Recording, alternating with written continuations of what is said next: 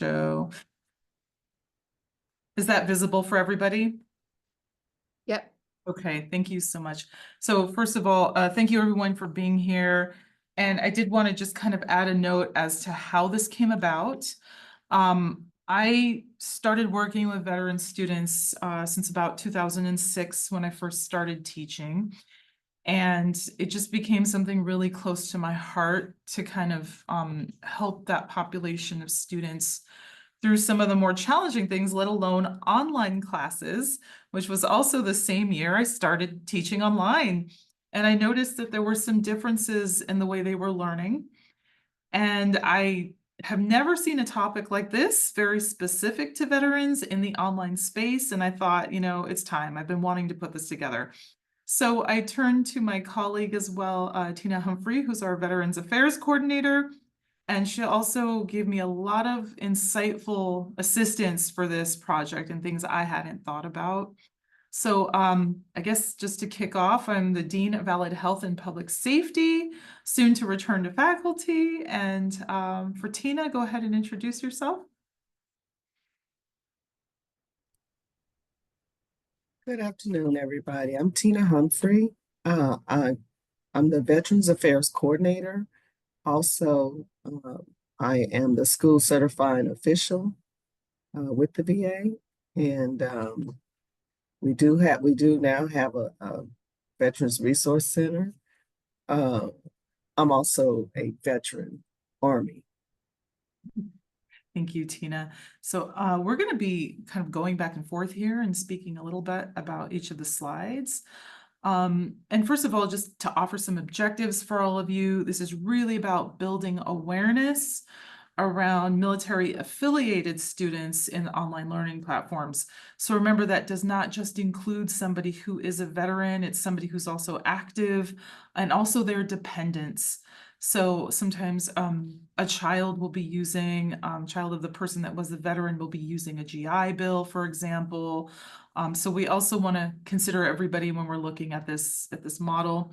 Also, this is where Tina is going to step in a lot here is we're going to talk about recognizing students in crisis. That's kind of difficult to do when we are in an online platform because sometimes screens are off, sometimes we're just receiving emails. What are some of the things you can do to recognize if a student needs help, right? And mental issues and concerns. And finally, I will also help you give you some ideas, tips and tricks on how to design a military-friendly Canvas course. So my first thing before I start everything is like asking, what is your why? Why would you even want to design like this, right? And that's something I had some conversations with. Somebody said, oh, but there's so many other reasons of why you should design a specific way. Why are they mentioned? Why are we considering veterans now, right? So just a few things just to think about and for food for thought for all of us in the room. We have an increasingly growing population of veteran students choosing online education. Right now, there are 1.8 million veterans in California. We also have a number of them in the swirl, not only in Peralta, but in our CCC system. A lot of them are registering through the CVC, for example. And that was kind of my why. It's like, who is this serving? But as we know, when you help one population, you're helping a number of populations. Oops, let me go back. I just skipped ahead. So just kind of keep that in mind. Also, I wanted to bring up, as somebody who is the CE Dean representative at my college right now, I'd like you to all think about designing with career education in mind. A number of our veterans look to CE to study courses. For us, it's EMT and fire. At your college, it may be something different. And then finally, we have 30,000 veterans in our community college system, and we are initiating the CPL MAP, which is about having credit for prior learning for all of student veterans, so that if they come through our college, our team will look through and say, look at this person's already done this real life experience. How does that now translate into having credits earned? And so I know some of you are involved with that sort of work. And I will let my colleague Tina Humphrey take over for this slide. Tina, are you with us? Okay. I'll go ahead and come back to that. Oh, there she is. She had to answer a student, I bet. Tina, go for it when you have a chance. And you're on mute. You're on mute. Right now we're talking about knowing your military affiliated Correct. students. Take it away. Okay. So as you may know, a number of the students that are veterans or in the military are somewhat older. They are of non-traditional age of a college student a lot of times. And so that's some of the age relating issues that might come up. And also it's the fact that they have to transition from military world into a civilian world.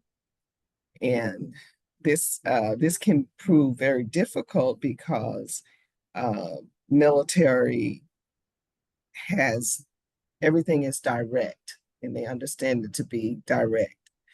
And sometimes when you're in college classes, it's completely different. Then there's a possibility of mental health barriers. And I think one of the things that's important is that we have some kind of system to like identify military affiliate students by making sure that we have it on documentation where we streamline like the enrollment process and make sure that the question is asked so we would know for a fact that we do have military affiliated students in the classroom. Additionally, we should make sure that they recognize that there is a place for them to go, like a resource center, like we have here at Merritt, and also remember it's not only veterans, it's also their families that we are serving as well. Also, I think that we should have some type of professional development for faculty and our staff members so they could be more aware of the different barriers that veterans may be facing or military affiliated students will be facing. Thank you. Yeah, and we'll cover some of those throughout the rest of the presentation. So one thing, and that's one thing that she just mentioned was identifying students. So one thing I do is I integrate that question in my assessments. So straight from my Canvas course, not only do I ask all of the other questions, are you using this for a degree pattern? Do you have accommodations? I just ask the question, are you a veteran? And in my last iteration of my music course, Music 11, I had 2 students and they actually wrote to me and said, that was really cool that you put that question in because I've never seen that on any kind of assessment. So this is one thing I just want to bring up is we always think about inclusivity and equity, but really including that population as well. So basically any, I think of all the check boxes we use when we're disaggregating data and looking at our foster students and those of, different backgrounds that we don't want to forget this population as well. One thing I also used to do is just in the online platform, if I was in a Zoom, the first Zoom meeting I would have with them, just ask, is anybody prior service? And if hands went up, all of a sudden people would get really excited. They'd say, hey, I was too. And then they'd start connecting. There would be, emails and phone numbers being placed, like, let's connect, let's hook up.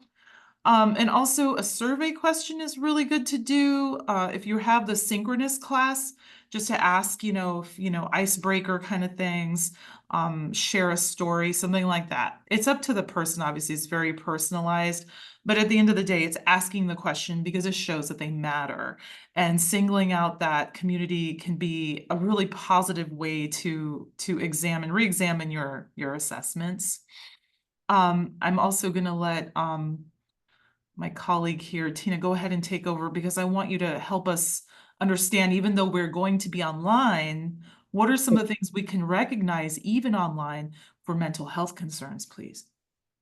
Yeah, some of the things that you could recognize, I'll go through the things that are here. These are, and then I have a few others. It's consider the types of interactions and discussion boards and recognize students in distress. You might see some academic changes, a sudden drop in like their grades or missed assignments or frequent absences or disorganized performance can uh, signal some type of distress. Also, there's physical symptoms as well as noticeable changes like in their energy level, their appearance, are, oh, as well as signs of exhaustion or maybe substance abuse may indicate that they're struggling with things. Um, Also, there could be emotional outburst, um, unprovoked anger, hostility, and you might also see tearfulness, which is all of these are signs of some underlying issues. Um, in talking to them and have, like if you're having a class discussion and this veteran or military affiliated person continues to answer questions uh, or have like having discussions about hopelessness, about despair and suicide, and even in written assignments, they might write more to the effect of expressing hopelessness. And then there's increased withdrawal. These are some behavioral shifts that you might see. Exaggerated personality traits, disruptive behavior, those types of things. Also, you need to recognize like safety concerns. One of the first questions that veterans or military affiliated people are asked when they interact with veterans communities or the hospital, they always ask, "Are you feeling suicidal?" Now, I'm not saying to ask this question. I'm just saying to recognize that that's something that they deal with daily. Is those types of feelings. If you come across someone trying to like give away all their prized possessions or just these kinds of things, these kind of things, they're verbalizing suicide when they do things like that. Also, self-injury, hurting oneself, those types of things. Okay, so yeah, I Thank you. think okay. Oh, that's really great. Chelsea, we have a quick question from our Yeah, moderator. quick question. Tina, I'm sure maybe some of this is intuitive, but do you have any recommendations about like the content we present online and what we should be aware of and provide trigger warnings for? Yeah, I think Monica, Dean, and we talked a little bit about that. Uh, I would say just be aware of like a change in behavior. Like if for 1 week you saw a student that was dressing nice and really involved in the conversation, and then a couple of weeks later there's no involvement, they don't care, they don't want to know anything, they don't want to answer any questions. Something happened in between those weeks. I kind of didn't hear the last part of your question, if you don't mind repeating it. Sometimes we put like the language we use or the videos we show might be triggering to students? And like, do you have just recommendations for what kind of content to avoid or language we should use that we should avoid or that kind of Yeah, that's difficult question because not all veterans or military affiliated people are triggered by, say you watching some type of movie. In fact, a lot of them love war movies because I love war movies too. But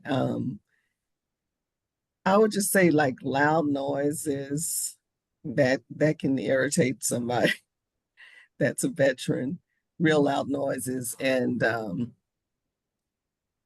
I wouldn't talk about suicide.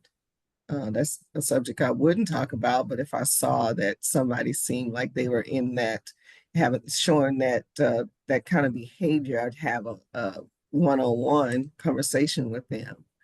But as far as triggering thing, I just think loud noises, and you definitely don't want to watch anything gory. That might disturb the whole class, not just the veterans. Yes, and that's one thing we do talk about is just this equity model, right? Is whatever we're aware of for one population, just put it up for everybody, letting everyone know, hey, this movie that we're about to watch contains this and that, right? And the last thing on there, I do want to add, just check on your students, just like you would connect with your other students, but maybe make sure they know, say, hey, I just wanted to check in. Did you know we have a VRC? Just present it like that. So this way you're not, if you suspect something's wrong, we don't know if something's wrong or not. The person could just be very busy. Just say, hey, have you checked in with your VRC coordinator lately? And leave it at that. So that, again, they know that they matter, that you're paying attention. And also your counselors and disability services. Not only do we have veterans counselors, we also have general counselors, we have disability counselors, and just making sure those are on our online syllabus so everybody knows to connect. And I also just want to add this in, and I can keep talking about this nonstop, is our equity rubric. It applies to everybody. So this is so beautiful. And when I've used it to kind of consider veterans content, this is something that I also had to kind of think about, and we're going to get to images later in this presentation. But just if I really am being bias aware and I really am trying to promote diversity, am I including veterans in their jobs? Am I including examples that they might have come across? So just again, thinking about your equity rubric, but also going back to your imaging and your bias, and then demonstrating connection in any way possible.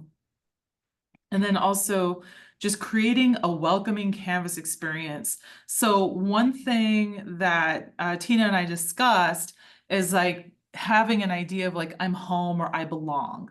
And so in our Canvas, one thing, and I'm going to get into the idea of how this is going to look in reshaping the syllabus, but this idea of just having a streamlined Canvas shell, which is going to help everybody, but veterans in particular rely on things that they can predict and predictability, and something that is going to be the same every week because it looks consistent. And so just ensuring that that consistency is in your course. And I'm just modeling my last year's class. Your Canvas class does not have to look like this at all, but just the idea of that we have predictable, streamlined content. And also continuing with your UDL, just going to a very simple, simple fonts, using Arial fonts. We don't have to get crazy with looking so, over the top, having more than 15 bullets on a page. Where do you start with that for everybody, And then I'm going to actually have, let's see, this is clarity, reasoning, objectives. Okay. So one thing that I do want to bring up, and these are students that have talked to me over the years and had to kind of get me in kind of seeing their perspective as well, is somebody sat me down once and said, do you realize I can't keep up in your class because I don't know what you're telling me to do this week? And I said, oh, okay. And I said, so let's talk about it. And I was a very young professor, and I threw maybe 4 pages of content onto one slide, and I started to learn about why objectives are going to help us. I had too many objectives. I had like 7 or 8 objectives per class. And so now, of course, I've learned that we're going to do 1 objective to 2 per week, for example. So what is my goal? What am I trying to do this week and why? Right? Why is that important to somebody? That's important to the whole class, right? But specific to a veteran or somebody who's served, like, what am I getting out of this week, right? So mission focused. And then again, what Tina just said, direct, right? We want direct wording, rules, timelines, maintaining those timelines as a professor too, because if you show your students, hey, this is due December 12th, and then you keep moving dates around, not only are you going to be questioned, right, what's going on here by the whole class, but it also shows a lack of reliability and consistency on your end. And then that makes the students question what is happening here. So establish that weekly flow. And again, I said removing guesswork, right? And then also veterans typically rely on consistency as a rule. So I'm not going to say everybody, right? Because everybody's human and different. But for most of the people I've worked with, that is absolutely by a rule. So let me take a look at this next slide for you. And I'm going to have Tina speak to symbolic imagery, some of that image bias I was talking about, and anything she wants to share. Okay. Symbolic imagery can be a profound impact on military affiliated students. So it's good for like fostering connections, having things like flags, emblems, military insignias, can all create like a sense of belonging and also a sense of pride, uh, acknowledging one's service and their sacrifices. Also promoting like reflection, like imagery, uh, war art, historical photographs, encouraging students to reflect on their experiences in a like a broader implication of military service. Just like I had to do when I first came to the resource center, I had to kind of redesign the center to make it more welcoming. Because when I first walked into it, I felt triggered with a little distress myself because everything was like in the wrong place for me. And I knew if I had students that were coming in, they'd probably feel the same way. But having images, different images of points of history that happen and with veterans, you know, whichever era that's you're familiar with, just having that kind of imagery around. Also, try and see if you can enhance learning by incorporating symbolic imagery into educational material, you know, history and ethics and leadership. And I have some of that too that I'm gonna Yeah. talk about. Thank you. And Yeah. and Tina really educated me about that too. She said, you know, just having a flag, just having a picture of something, just again, gives you the idea that you're home. Yeah, and you have to build awareness, you know, use symbols at campus events, at campaigns that educate the broader student body. Um, just, you know, fostering empathy and inclusion. Thank you. And this is, I am sharing out some photos that Tina sent to me. This is our VRC at Merritt College, our Veterans Resource Center. So one thing that I do want to point out and why the pictures are here is that even though we're in an online space, tell your students, like, if you want to do your Canvas homework, you know, your online homework, do it at the VRC. Stop in. We have, you know, computers set up for this. We have a space just for you to work. So yes, it's great being online that we can all, you know, go at our own pace, but sometimes veteran students want that workplace that they can actually connect with others. And I've seen it and it's beautiful. you know, when people are sitting together in these computers, knowing like, oh, I've done this work before and I've been with you in some situation. It really is a unique experience. And I actually felt like the outsider when I went into the VRC. So it's like, you know, I get it, I do. And so it's kind of a reverse. But creating, again, a sense of belonging. So allowing students to connect with each other. One thing I did was do, a lot of us have done this, do the online student thread where they can find each other and connect. It's a student-led discussion thread in your Canvas forums. And then just saying, hey, tell us a little bit about yourselves. And if you feel like you want to share out some information in email, I would say email, connect with each other. And I have connected many veteran students just from that exercise alone. And then they would end up working on group projects later in the semester. So I would say encourage them to self-identify. You know, it's not like singling anybody out, saying, hey, if is anybody a veteran, you know, you're welcome in this classroom, that kind of a thing. So I think it's really supportive. And I think all 4 campuses at this point should have a VRC in Peralta. And I know that there are still a few colleges that don't have them in the system, but they are mandated and they're working on them. So it's good to have. I'm also going to talk about reshaping the syllabus. And Tina, this is your area, so I'm going to let you take over a little bit. Things that we want to include in our syllabus on top of our basics, you know, this is the class time and name and place. Okay.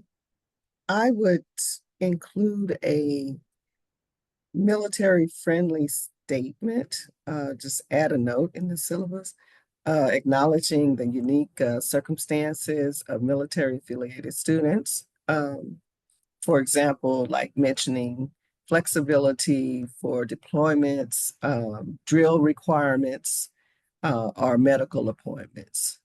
That could be physical or mental appointments. And if possible, try to provide clear and advanced information with specific dates and assignments and exams and things like that. Highlight the campus resources that we have, because we do have the Veterans Center, but there's other student services available. Basic Needs is one of them, and then there's some other resources available. Try to be flexible with attendance and deadlines.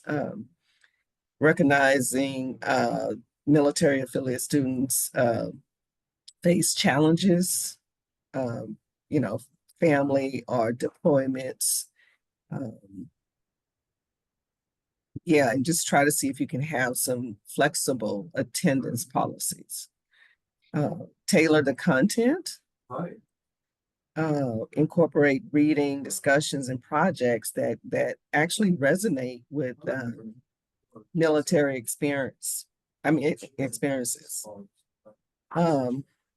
Promote peer support, like if there are professors or other staff members, faculty that have served in the military, you know, see if you can encourage, you know, community building among military affiliated students. Do some group projects or some veteran focused clubs, things like that. So in the syllabus specifically too, I want to make sure we include our laptop and hotspot lending programs so that everybody knows that there are computers available to them. But also the other things, again, these apply to all the students, the pantry, bus passes. Veterans can apply for these and they will get them because those are parts of their benefits. So just so everybody knows, if they need to know where to go, just send them to your basic needs in student support. But I would also encourage you to start putting on your syllabus an extra like optional area. Just say if you're a veteran, this might concern you, putting in the certifying official. There is so much paperwork that they have to do. And they just finished doing numbers of paperwork and then they come into college and they have to do more paperwork just to get their GI Bill benefits and things. So it's good to have those resources set aside. This is my Canvas shell. This is another part of shaping the syllabus and adding in content, but focusing on military related content. So something that I did a lot was I used to teach to specific areas of the military. So this is my African American music course. And one of the things the students would ask me, again, this is all created because of students over the years, I said, hey, what about us? Like, we want a chapter and that you're teaching us about the Army. And I was like, okay, well, I can find a lot actually, because there's a lot to do with music and the military in our American history, and specifically the music of Black soldiers in the 19th century. So we started looking at the drum and fife traditions, and my students loved it. And not only was it great because, and we were online doing this, during our Zoom session, students would speak out going, oh, I had no idea this happened. And my veteran students were so jazzed. They were just so excited. And then I started showing them pictures from the Library of Congress website where we see Civil War soldiers with like trumpets and bugles. And it was a great experience to have this. And so then we started breaking down music from a war experience of the past. And then later we did this, there was, I came up with different documentaries that were made with music, or I'm sorry, centered about music during different campaigns. And so my students were so enthralled with this, the use of iPods, right? I know in 2005, 2006, for example. So we went through some different topics. So just thinking about content, having something dedicated, even if it's a chapter, an optional extra credit, this could really help some of your students if you see value in that. Just something for you to think about that I really enjoyed doing. Also recognizing holidays, celebrating military holidays, making, instead of just your class announcement saying, hey, there's no class, go have a day, whatever, just remind them, why is the day off? And then I would leave it there. You don't have to add anything else if you don't want to, but just saying, hey, here's why we have the day off. Here's some history, a link, that kind of a thing. And then I had a student who sent in, so every year, I think it's military.gov or one of those, they send out the list of all of the restaurants and discounts, and Tina knows. Oh, yes. We map it out for the Do whole you? day. Yes. Oh, yes, that's what I've heard. From start to finish. So there's a number of, say, Veterans Day, there's a number of discounts that students get, from shopping to food to coffee to Jamba Juice. And so one of my students sent me like a suggested list of places to go. So anybody who was affiliated could use that link. Tina, anything else to add about that? Why it could be beneficial in the online? Yeah, because it's so many different discounts. Yeah. It's just, I mean, it's like, I would say that it's over 100 of them. Yeah. You can't get to them all in one day, but you can start out with breakfast, you can have lunch, you can have dinner. It's a day, it's just a day of freebies. Yeah. And we had students that were talking about the shopping they were going to do, and Yeah. a lot of discounts. Other things that I like to do, because I do teach a music history class, I share historical events that tie into the day, and then also create a discussion. Did anybody have any special memories of whatever it is, 4th of July, Veterans Day? And then all of a sudden there was a beautiful discussion unfolding last year. I want to take a minute and acknowledge the chat, Chelsea. Is there anything in the chat? I see some things popping up, but I can't really answer them. Just one comment I see, some places provide that veterans benefit year round. That's from Shirley. Oh, thank you. Yes, yes, they do. Yeah, like Home Depot and some other places year round. Thank you, Tina. One thing I want to do is make sure that you all are promoting your CE programs. Again, this is just for Merritt, but if you have career education programs and you have military affiliated students in them in your courses, just promote. For us here at Merritt, it's going to be our cybersecurity, firefighting, administration of justice. We have a lot of veteran students coming through there. So I like to make sure that I put into my syllabus links to the website, upcoming events where they could find jobs, and places where they might be interested in kind of being, I don't know, just, yeah, you know what I'm talking about, just having the examples of ways they can interact, right? So I think this is great. And that's upcoming if anyone wants to go. April 30th, our annual Women in Law Enforcement Day, just a quick plug. It's very exciting here. And then I'm going to have Tina finish this part off, I want you to talk about why it's important to say thank you for your service. Uh, it shows that you have empathy and that you care. Um, the thing is that you don't have to wait till Veterans Day to thank a veteran. Uh, Wherever I see veterans and people in uniform, I usually say thank you for your service.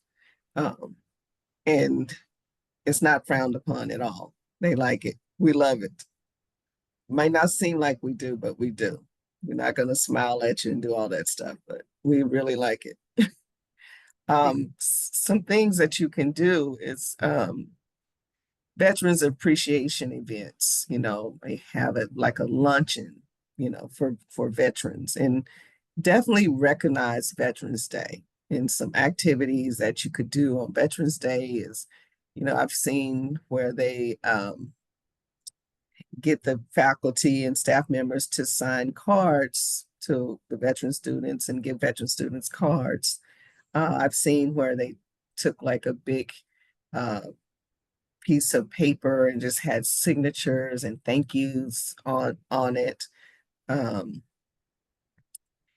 Also, spotlighting maybe some stories. It's some veterans that will tell stories. We don't want the violent ones, but some stories.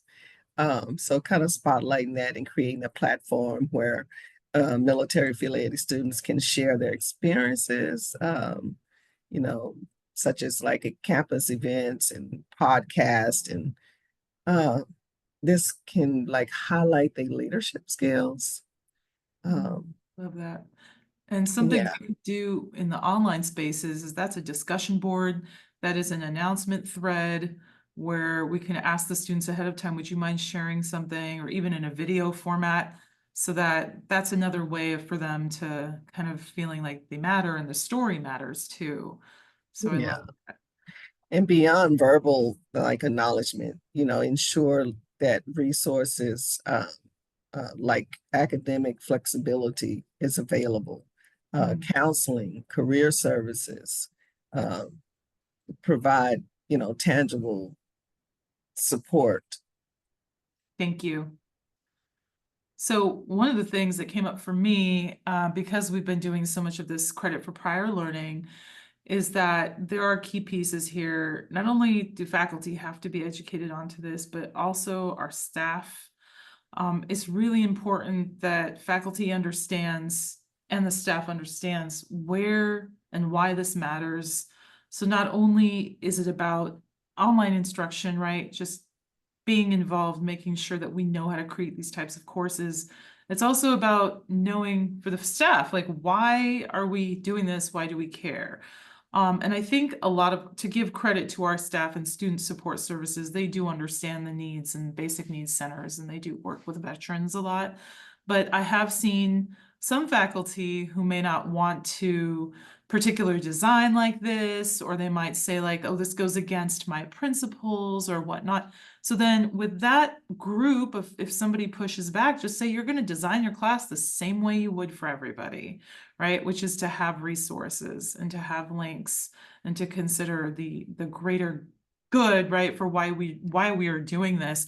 Part of Chancellor Sonia Christian's initiative though this year was that she wanted faculty training for more awareness around veterans for the 25-26 college year. So I think that's really important. If this is coming from the state as an initiative to build awareness, it's really important. But this is something we have to do is, I would say flex days are really good. That's why I came up with this. This is kind of a trial run. We're taking this on the road now to San Diego for the Chancellor's Veterans Symposium in June. And just getting people aware of like, not only is it going to unfold face to face, but in the online space, we really can't. Sometimes students are hiding behind their cameras. Sometimes they're kind of shying away or they don't want to participate. We just want to make sure that you're being seen and that you matter. Chelsea, go for it. Hi, I just want to speak to what you brought up around pushback, um, because I teach ESOL, so a lot of my students are refugees and have come from war-torn countries, and I'm just, and they might have very complex or conflicting feelings about American military, right? So Mhm. how do we navigate that, like honoring their experiences and the veterans in our class? And my thought was like, yeah, could some of those images be triggering for those students? And that's a challenge of creating a really inclusive Really class. inclusive. So I'm just curious what your thoughts are about that. How can we honor both sides? You know? I mean, I can speak and just say I've had that happen in my class where I had some pushback because politically, there were some students that didn't agree with me saying like, here, it's Veterans Day, let's honor these people for their service, the ones that were in our class. So we had a little bit of tension. And I had to kind of just break that down and say, hey, like everybody in this class has a right to be here, number one. And as much as I showcase something that you said 2 weeks ago in your discussion, I'm also going to showcase this body of work as well. So that's one way I brought it back to just equity. But Tina, do you have any suggestions for this if we encounter any tensions around that? I would say just foster like a sense of community for everybody and belonging, and encourage open communications about uh, what the issues are. Mhm. It's in the online classroom, I think it's a little bit more, it's got to be difficult because we're not speaking face to face so much. And so it's one of those things where I don't know the answer here as to like but there is definitely, I think it's an ongoing discussion and it's needed. Chelsea, anything in the chat that came up? Yeah, Shirley also just added, remind them there's military members in all countries. All military members have a duty regardless of country. Yeah, that's a good point too.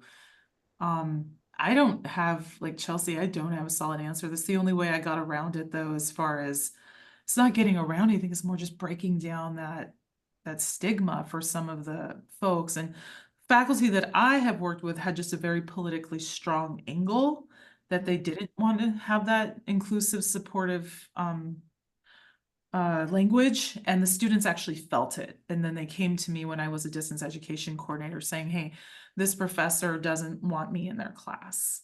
And that's where, and again, this kind of contributed to me developing this, going like, okay, how do we get around this for them? How do we say you can still have your political beliefs, but also you have to treat all of your students with respect? And so if you're not going out there saying, yay, military, come to my class and take it, that's fine, but also acknowledge, you can say, oh, you're a veteran, thank you for your service. And I think that's always a really great start. And just even if a professor were to leave it there, I think that's enough and it shows that they matter. So it's just, I want to make sure we get people on board to see, again, the why, right? And Jackie added in the chat, not all countries have a military. That's true too. Mhm. That's true too. Let me go on to our last. So just a few things that just key takeaways here today, right? It's for me, it's really about the faculty training. I would love to see more training around this at Peralta myself. I hope to work with our VRC coordinators and see if we can get another presentation for Flex for the district, for example. We are going to have an influx of people using that GI Bill because if we are, in my opinion, headed into recession, we know that more students tend to choose school during times of job search, let me put it that way. And also with this initiative to get everybody with the CPL, I have a feeling we're going to see an increase. Also, just remembering your visual elements, even if it's a flag, even if it's something small, I like the Captain America shield because I don't know, it's Marvel and why not? So it's just for everybody, choose whatever your symbols might look like and recognize your holidays. We do have a little time for some Q&A. And I just want to go back through my chat and say thank you to Shirley and Jackie here for making some comments here. We technically end now, but we can do Q&A for 5 more minutes if you'd like. Yeah. Okay. And I do want to say thank you for everybody who attended because it is very unique. Again, I haven't seen this kind of work being done. I have seen it done face to face, but again, when we're on Canvas and we can't see our students, or they choose maybe to not participate as much. It's about that outreach and how do we also show those students that we value them in our classroom. And Chelsea will, I assume they're gonna provide the emails of the presenters, right? At some point. If you want, you can put them in the chat. Okay, I'll do that right now. I'm gonna drop my email, and I think Tina's about to as well. And if anybody has any questions or wants to keep going, you know, continuing this topic, I would so be open to that with all of you. And I also want to say thank you to our Peralta team here between professional development, our online team, our equity team. Thank you so much for hosting us today. Thank you so much for the presentation, Tina and Monica. This was really valuable. I don't think we've ever had PD around this at Peralta that I can remember. I mean, I'm sure there has been, but I haven't seen anything recently. So we definitely want to have you present at District Day and would love to work with you both. That'd be great. Thank you. Thank you. I put the link to our YouTube channel in the chat and also our social media handles. If you'd like, you can refer to those and we'll be posting all the recordings there as well. Thanks to our wonderful presenters for this informative session.